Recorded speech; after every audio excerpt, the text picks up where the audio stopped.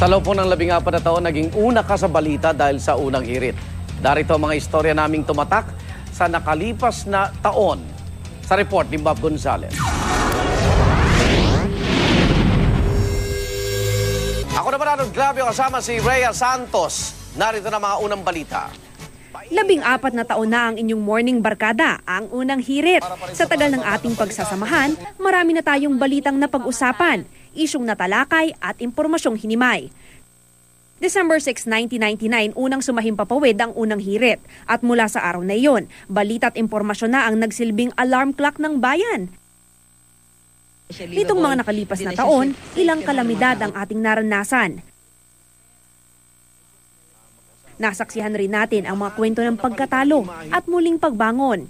All good, no? Kasi at the end of the day, nauwi pa rin niya ang tagumpay sa Pilipino.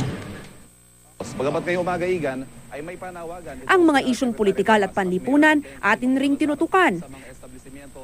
Hindi natin alam kung meron ba talagang nagsumunod, nag-comply dito sa ceasefire na ito. Connie, go ahead.